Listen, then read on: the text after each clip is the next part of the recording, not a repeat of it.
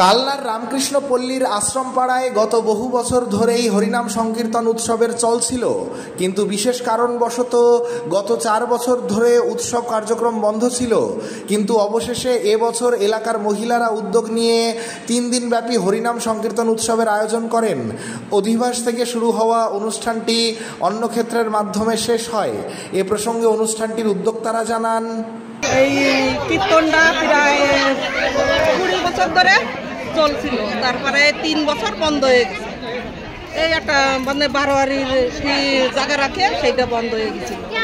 এখন আমরা এই কীর্তনটা এই সব 25টা মহিলারা মিলে সঞ্চয় মানে 150 টাকা করে জমাইয়ে তারপরে আমরা এই মানে পাড়ায় আমরা করে সাহায্য চাইয়ে তারপরে আমরা এই কীর্তনটা ফিরে আবার এই বছরের থেকে চালু। এবছর যে আবার শুরু করলেন নতুন করে, শুধু মহিলা সমিতির পক্ষ থেকে উদ্যোগটাতে? না না না না, আরো পাড়ায়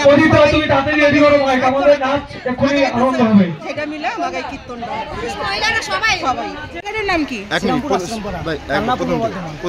তোমার নাম? এই পাড়াটার নাম শ্রীরামপুর আশ্রমপাড়া। এই অনুষ্ঠানটা যেটা হচ্ছে, অনুষ্ঠানটা কিসের উপলক্ষে? আমাদের এটা বিগত প্রায় 30 বছর ধরে হচ্ছে, ঠিক আছে? এটা হচ্ছে হরিনাম নামযজ্ঞ।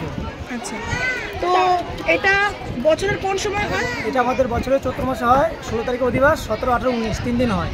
আচ্ছা, কি কি অনুষ্ঠান হয় এর মধ্যে? এখানে 3 দিন নামযজ্ঞ, লাস্টে অন্নক্ষেত্র হয়ে আমরা একটা বাউলের প্রোগ্রাম করি। আচ্ছা, বাউলটা কবে আছে? বুধবার দিন। এরপরে অনুষ্ঠানটা রাতে। এরপরে অনুষ্ঠানটা কত দূর এগোতে চাই? আমরা চাই অনুষ্ঠানকে আরো বিগত মানে অনেক বড় করতে চাই, ঠিক আছে? এরপরে রোড শো করতে চাই, ঠিক আছে? আপনারা যদি একটু কিছু সহায়তা করেন, ঠিক আছে, আমাদের অনুষ্ঠানটা আরো বড় করতে। পূর্ব বর্ধমানের কালনা থেকে ক্যামেরায় শুভ রায়ের সাথে পারমিতা দত্তের রিপোর্ট, স্যাফরন নিউজ টিভি।